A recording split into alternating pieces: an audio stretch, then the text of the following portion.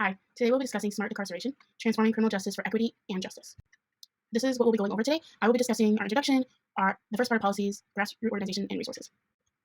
In order to tackle such a subject as incarceration and ways to implement smart decarceration, we have to identify key terms that will lay the groundwork for our presentation today. Mass incarceration refers to the substantial and unprecedented growth in the number of individuals being held in the criminal justice system, primarily in prisons and jails. Mass incarceration can be characterized by several key features: war on drugs, private prisons, recidivism, and financial costs, just to name a few. Decarceration refers to a deliberate and systematic reduction in the number of individuals who are incarcerated in prisons, jails, and other correctional facilities. It is a multifaceted approach aimed at reversing the trends of mass incarceration and addressing the over-reliance on imprisonment as a response to crime. A more comprehensive approach may include things such as diversion programs, bail reform, and reintegration support, just to name a few. The issue of mass incarceration in the United States looms large, demanding our attention due to its multifaceted social, economic, and ethical consequences. Our heavy reliance on imprisonment as the primary solution of addressing complex social issues like crime and drug addiction has brought about packed prisons, stretched resources, and alarming rates of reoffending. This system disproportionately impacts marginalized and minority communities, further worsening social disparities. The urgency lies in identifying effective and compassionate methods to alleviate the burden of our prison system and improve the reintegration of individuals into society, presenting us with a profound challenge. There are many reasons for us to assess the issue of mass incarceration. Today I've broken it down in just a few. First, it's a humanitarian concern. The current system often fails to provide humane conditions and effective rehabilitation for incarcerated individuals, leading to issues of mental health, violence, and long-term social ostracization. An assessment is needed to identify ways to improve the overall well-being of those involved in the criminal justice system. It's also an economic burden. Maintaining a large and growing prison population is costly. It strains state and federal budgets and diverts resources from other essential services like education and healthcare. Assessing alternatives is vital to reducing these financial burdens. There's also the racial and socioeconomic disparities. Mass incarceration disproportionately affects communities of color and low-income individuals. An assessment can help identify and address systemic biases in the criminal justice system. There's also the high recidivism rates. The current system often fails to prepare individuals for reentry into society, resulting in high rates of recidivism. Addressing this issue through an assessment is essential for breaking down the cycle of imprisonment. And lastly, public safety concerns. Addressing the problem of mass incarceration should not compromise public safety. The assessment should focus on interventions that reduce incarceration while maintaining or even enhancing public safety. Our intervention hypothesis is as follows. Through the multifaceted engagement of social workers in advocating for policy reform, bolstering rehabilitation and reentry initiatives, offering mental health and substance abuse counseling, facilitating restorative justice, promoting trauma-informed care, conducting research, delivering cultural competency training, collaborating with communities, and working alongside legal teams, in addition to integrating a smart decarceration strategy that combines targeted diversion programs for non-violent offenders, expanded access to mental health and addiction treatment, comprehensive reentry support, and community-oriented alternatives to incarceration, we can collectively contribute to the reduction of incarceration rates, enhance individual and community well-being, and foster fairness within the criminal justice system, all while upholding public safety. Like any other idea or hypothesis that is trying to be implemented, we have to recognize that there are bad methods and there are good methods in implementing those hypotheses. Today I'm going to read to you in depth our bad methods for decarceration, and then the rest of our presentation will go over some good methods that we believe could be implemented in promoting smart decarceration. First, we have unilateral mass releases. Releasing large numbers of inmates without proper planning, risk assessment, and reentry support can lead to public safety concerns and increase recidivism. Decarceration should be a carefully considered process. Inadequate risk assessment. Failing to assess the risk posed by individuals before release can result in the release of individuals who pose a genuine threat to public safety. Proper risk assessment is crucial for responsible decarceration. Over-reliance on private prisons. Shifting the burden of incarceration from public to private prisons may not address the core issues of mass incarceration and may create perverse incentives to maintain high incarceration rates for profit. Failure to address root causes. Neglecting to address the root causes of crime, such as poverty, lack of access to education, and healthcare, can result in, again, inadequate solutions. A lack of social and economic reform can undermine the goal of decarceration. Limited reentry support.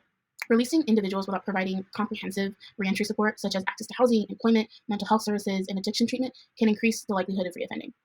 Inconsistent policies. Inconsistent decarceration policies among different jurisdictions can lead to an uneven distribution of released individuals, creating challenges for both those released and communities receiving them. And then ignoring victims' rights. Failing to consider the rights and concerns of victims and their communities in the decarceration process can lead to a lack of trust in the criminal justice system and hinder successful reintegration. And then lastly, lack of community involvement. When there's a lack of community involvement, there's isolation, ostracization, and it just also leads to reoffending.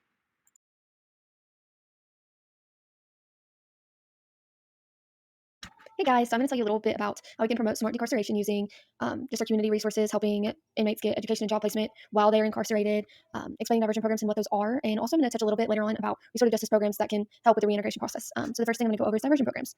These are programs that provide access to appropriate intervention programs and allow for people who become impaired from substance and alcohol abuse to seek rehabilitation. Currently, those participants are limited to those with a master's degree or with a higher level of education than that of a master's. However, we would like to open that up to anyone who completes an approved substance and alcohol abuse program and participants in our education classes provided within the jail. And of course, we would select the people who are qualifying for these programs, but just to kind of give people a little more access to these resources that we provide for others. The participants must also participate in living skills programs such as anger management, stress management, communications, and some other programs that would increase their ability to appropriately interact within society. So there's this thing called transitional programs. We're going to touch on that a little later too. But those really have opened up resources to people who are incarcerated already, and that's actually already a thing. It's called PATH programs. But anyways, if someone chooses to withdraw from the program before completion or relapses, then they would not be allowed back in to the program until they've completed an alcohol and substance abuse program and that they've been in recovery and maintained sobriety for a minimum of 6 months. If they are guilty of misconduct, failure to comply, or do not participate as required, they will be kicked out of the program and not given another chance until they've successfully completed counseling and obtained a recommendation from their counselor. So the counselor would have to essentially say, hey, I think that they're ready. I think that they've done a lot of work on themselves, and it's time that we try to reintegrate them back into society. So a few ideas that we had to expose the community to this idea and get them on board with helping us, providing jobs and things like that. We figured we provide the incarcerated with education resources while serving their time, and assist them in securing a job placement within the community prior to being reintegrated so that they have a stepping stone to be a productive citizen. And securing them a job, that would kind of go along with us reaching out to the community and saying, hey, where do you need workers? Where would it be most beneficial for you to have some extra hands? And then they can hire them on. They don't have to pay a ton because we're also going to be providing housing and things like that. And they just need a stable job to help them get back on their feet. So then we would assist them in writing requests or letters and ask for support from their family members or friends, indicating that they have a support system waiting once they get out. Because if they have no support system, they're more likely to fall back into those old habits. And we could also assist them in writing apologies when appropriate to victims of their crimes. I don't feel as though it would be every inmate who got to write an apology because it's not always appropriate. And we don't want to hurt the victim more. So it would be situational. And this could allow for mediation meetings before releasing them back into the community. And this could allow some of the victims to receive closure. Again, that's when that is appropriate, not always. And it would be situational. We could allow inmates to share their stories with their community and how they ended up in jail, why they made the choices they did, so that the community is given a reason to see them as individuals, not just a number in jail, not just someone who made a bad decision, because they are decisions. And so I feel like this would allow them to see them differently and be more open, helping us along the way with these diversion programs. We could also do a survey of businesses within the community to see which ones would be willing to give them job opportunities, and we could do a survey through the community to select which offenders they're willing to support through this process. This would be the community and the businesses. So we would just send out a mass email to as many people as we could, and just let them fill out the survey. And it would be anonymous. Their answers, we wouldn't share them, but we would use that data to choose who we try to reintegrate first through the SMART Decarceration project. And so we'll make note of those who are unwilling to reintegrate back into the community. And these groups could include reintegrating people from numerous backgrounds who were charged with possession, theft, drug usage, fraud, embezzlement, and other things. And it may not include those accused of murder, sexual abuse, or kidnapping, because those are crimes that I don't feel most would be willing to reintegrate back. But like I said, we all make bad decisions and everybody deserves a second chance. We could have some written guidelines and do weekly checks to make sure those we have decarcerated are following the protocols and living up to the expectations that we laid out before them before the trial diversion program. The guidelines will be non-negotiable, consisting of weekly and monthly drug tests, check-ins with officers, probation officers, counseling and support groups, up until they've been doing well for 1 year. And then we could check on them every 6 months to be sure they're still following the process well and being productive. So then after that, we can help the inmates get the benefits they need to help them start out by making resources available. So like PATH programs, transitional programs, like I mentioned earlier, they're designed to help offenders move from residential to non-residential treatment. So it provides housing. It's a grant that's been given to help with these types of resources and help them move from intensive to progressively less intensive treatment. It's really just to help them get back on their feet, be productive, and to do better and to have the resources they need to do better. And that is all I have for this slide. But I think next we're going to be going over macro social work promotion of smart decarceration. So.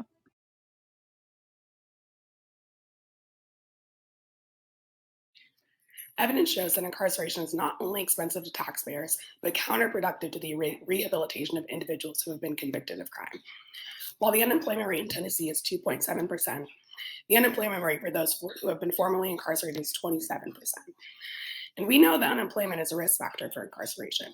The evidence is directly showing that incarceration is leading to greater risk of reincarceration. Right now in Tennessee, there's a 46% return rate to incarceration. General promotion needed for policy change is important as well. We need the population to elect leaders who will affect the change that we need to see in order for decarceration. In order for the change to occur at a macro level, we need the general public to be aware and educated on the issue of mass and unnecessary incarceration so that those we are electing into office to create and implement changes are like-minded to the issue.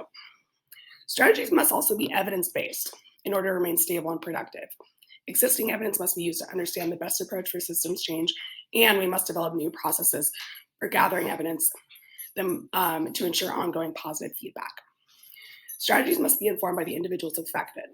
Assessment of approach must include A, those that are pre-trial facing incarceration, B, those that are currently incarcerated, and C, those that have been recently released from incarceration.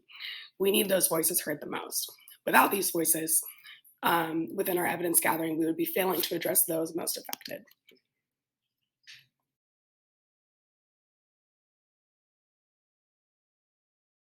Hey guys, so like I said earlier, I was going to go over some restorative justice processes and just different things that we could do to help with the decarceration process. And it also focuses on victims healing as well and the offender taking responsibility for the things that they've done. So one thing we have is mediation and conflict resolution programs. We have family group conferences, victim impact panels, we have circle sentencing, community reparative boards, offender mediation with victims, community trial for reintegration, and different things like that. So to explain mediation and conflict resolution programs, family group conferences, it involves the support system of both the offender and the victim, and they both share how the crime impacted their life, and then the victim is able to give an outline of which reparations they prefer, how they prefer to move on from the situation, and not necessarily move on, but so that they can heal what they feel is fair, to them at least. The impact, they want it to be the same. The victim is able to give an outline, and then the group enters conferencing with a mediator, and they come to a conclusion that says what the responsibilities of the offender are, and the facilitator then makes sure all paperwork is signed and agreed upon. This is aimed to facilitate healing and increase social control and allow for social support for both the victim and offender. So victim impact panels, there are impact panels designed to provide offenders with the understanding that drunk driving is a choice that impacts the lives of innocent people, and how the resulting consequences, how they are 100% preventable, but because they chose to get behind the wheel after drinking, this is the consequences of your actions. This is how you hurt someone. They're not intended to replace, the conventional sanctions and such, but they do offer the victim some type of healing. So another thing to go with that is we don't just want to open that up to those who are guilty of drunk driving and how they've affected them, but maybe those who have been victims of theft. Letting the person who robbed from them, hear how they feel and the consequences of their actions, and doing that with other offenders as well, not just those who are guilty of drunk driving or driving under the influence of a substance. We also have victim offender mediation. It provides victims with the opportunity to meet offenders in a safe environment, and this is normally done through the use of diversion programs, which we mentioned earlier. All participating parties have to agree to participate. So the purpose is to provide the victim a safe space to how the offender, so that the offender to say how the offender hurt them, and this can allow them to start their healing process as well. It also allows for the offenders to take responsibility of their actions and understand the consequences of their actions, kind of like with the victim impact panel. Sometimes it allows for the victim and offender to agree on a form of reparation or restitution as well. Community reparative boards, they consist of trained community members, offenders, victims, and it allows the trained community members to meet with the offenders, monitor their compliance with the diversion programs or whatever treatment process has been set in place, and submit a report to the court. This allows for the community to feel more involved and it kind of takes reliance off of the justice system, and it allows the community to say, this is the consequences of your actions, this is how you're going to repay to your community and to the victim of your actions.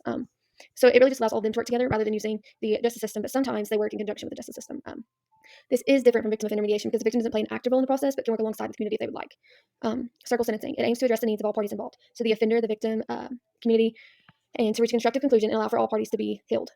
So it also involves the use of specialized courts, provides healing circles to victims and offenders. It allows them to point out the crime and why the crime occurred or occurs within the community, not just with that one offender. And it also allows the community to feel more involved in the process. So again, taking away, all of the responsibilities of the justice system and giving the community a very good role within the process. The offender must attempt to make amends with victims of their crime before being allowed to reintegrate into society. This includes any of the methods outlined, writing a letter, apologizing, or simply partaking in the reparation processes. So that's really all I have. Thanks.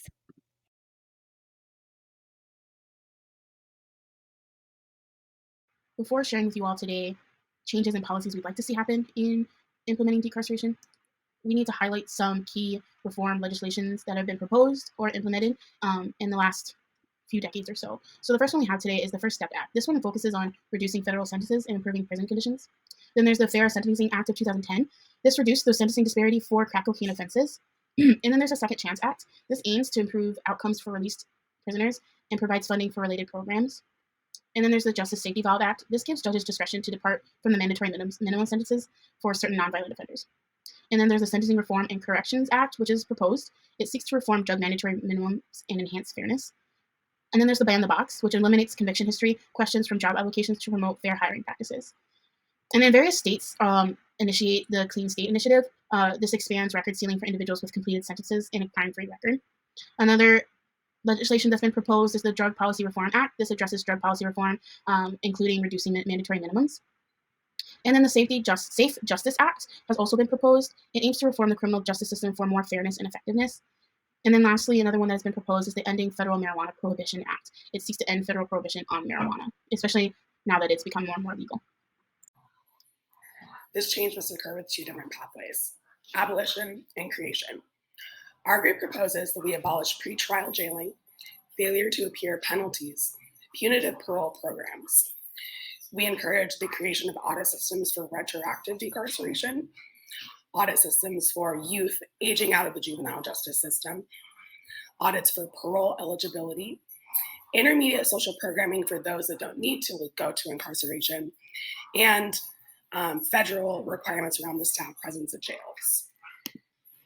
Our group encourages the abolition of the bail system, and therefore abolition of any pre-trial jailing of individuals unless there's a predetermined risk of harm to others or the public safety. This would directly lead to a decrease of 400,000 people in the jailing system currently. 400,000 people are being held pre-trial because they cannot afford their bail. We also encourage the abolition of failure to appear penalties. Fines, fees, and warrants produce further barriers for individuals, especially marginalized individuals, to appear at appointed times in the future. Warrants for failure to appear can result in incarceration before trial for the original crime. We also want to encourage the creation of an audit system of current incarcerated populations to ensure that all decriminalized offenses are retroactive and that nobody is actively serving time for a crime that is no longer considered a crime. We also encourage an audit system of youth who age out of juvenile justice to determine if it is absolutely necessary for continuation into adult correctional system. This would mean a system to identify minor charges and the likelihood of recommitting the crime. If it's a low likelihood, funneling youth to community-based rehabilitation programs rather than incarceration would be the best option. These programs could be job readiness, trade programs, GED programs that actually encourage the rehabilitation of the individuals and don't just lead to further jailing. We also encourage the audit system of parole. So an audit system that evaluates individuals that are currently incarcerated that are eligible for parole to ensure that movement out of incarceration and into parole-based corrections is immediate. We encourage abolition of punitive parole programs and creation of community-based programs with diverse resources for actual progression towards productive reentry. So no parole officer, but rather case management, job readiness, trade programming, education assistance, and housing first assistance to ensure its stability is attainable after incarceration. We encourage creation of an intermediate social programming for crimes that do not require entry into incarceration, but do require alternative rehabilitation services. Funneling the funding away from our prison system and into community-based programming, such as mandatory mental health services, provided at no cost to the individual. This is tricky. We would also want to encourage accessible transportation and scheduling for the individual. If they have a job 9 to 5, they need to be able to access an appointment that's at 8 p.m., and they need to have the transportation to do so. This goes for A&D counseling and other services as well. We also encourage creation of federal policy around A, the amount of correctional officers present at any given correctional institution, B, the amount of case managers present in any given correctional institution, and C, the amount of mental health professionals, psychiatrists, therapists present in any given correctional institution. This change would need to be required across the board, whether it's a state penitentiary or a privately owned institution.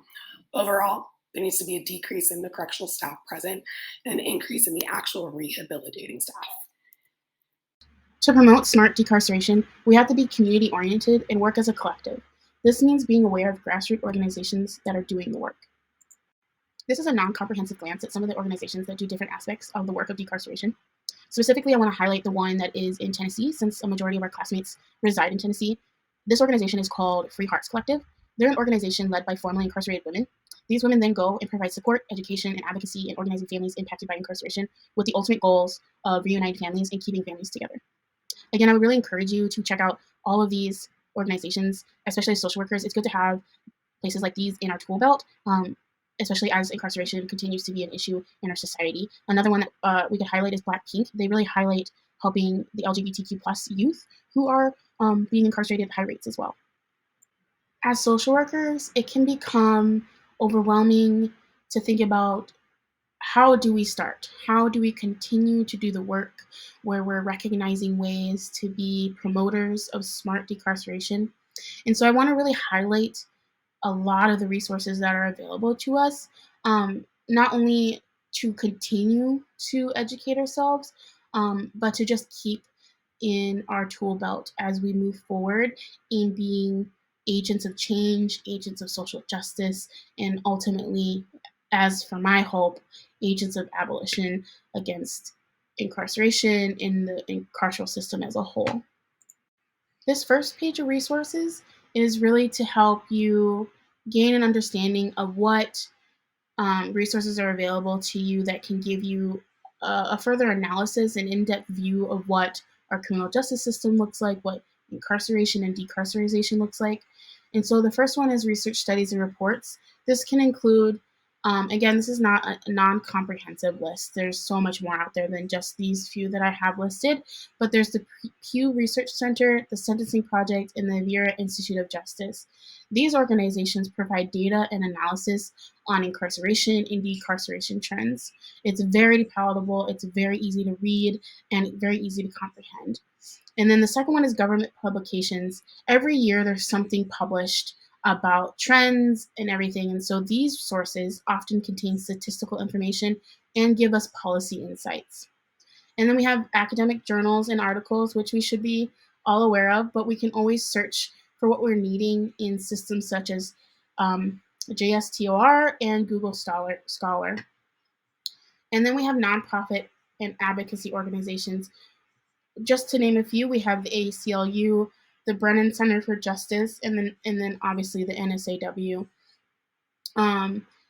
These organizations are actively working on criminal justice reform and decarceration, and they will have reports and case studies and advocacy materials for us to really further our education, but to also help educate those that we may be working with in the future if you decide to go into this work. And this page of resources is really for our own growth, but also the first one is for continuing to be community oriented and collective in our mindset and in the work that we do. So of those, we have the DISMA House, and the mission of DISMA House is to improve the lives and strengthen communities by providing formerly incarcerated individuals with holistic reentry programming that breaks the cycle of incarceration. It also builds community power by preparing and organizing formerly insiders, aka prisoners, and their families for parole hearings, post-conviction hearings, and more. They also utilize resources that create healing spaces for formerly incarcerated folks to prepare to participate in community. And then we have the THEI, which is the Tennessee Higher Education Initiative. This is a grassroots community organization committed to principles of harm reduction, healing, and centering the lives of lived experiences of the population that they serve. They fulfill their commitment in this mission by recognizing and addressing systemic injustices that have marginalized and stigmatized communities and continue to leave people behind. And then there's Project Return. They're solely dedicated to the successful new beginnings of people who are returning to communities after incarceration. And they really provide resources and services needed to gain employment and to become full citizens after their time has been served. And then these are a list of TED Talks that I highly recommend. They are so informative and they will really shape the way that you approach this work. And then these are podcasts from people who have lived experiences, who are those within the margins, but who also can just give you an insight of what decarceration looks like and how to address it as a social worker. And then there are these books. I highly recommend Beyond a Doubt, The New Jim Crow. It is so informative and it gives you a look into our prison system and how those who are formerly incarcerated and are incarcerated are stuck at a level of second-class citizenship and are barely seen as human. And one resource that I don't have listed here for you today, but I would also highly recommend is the 13th documentary. It's found on Netflix, but that also gives you a highlight as to how our mass incarceration issue had become so vast in this country and how it's another form of enslavement, of modern day enslavement. And so those are the resources that I'll leave you with today.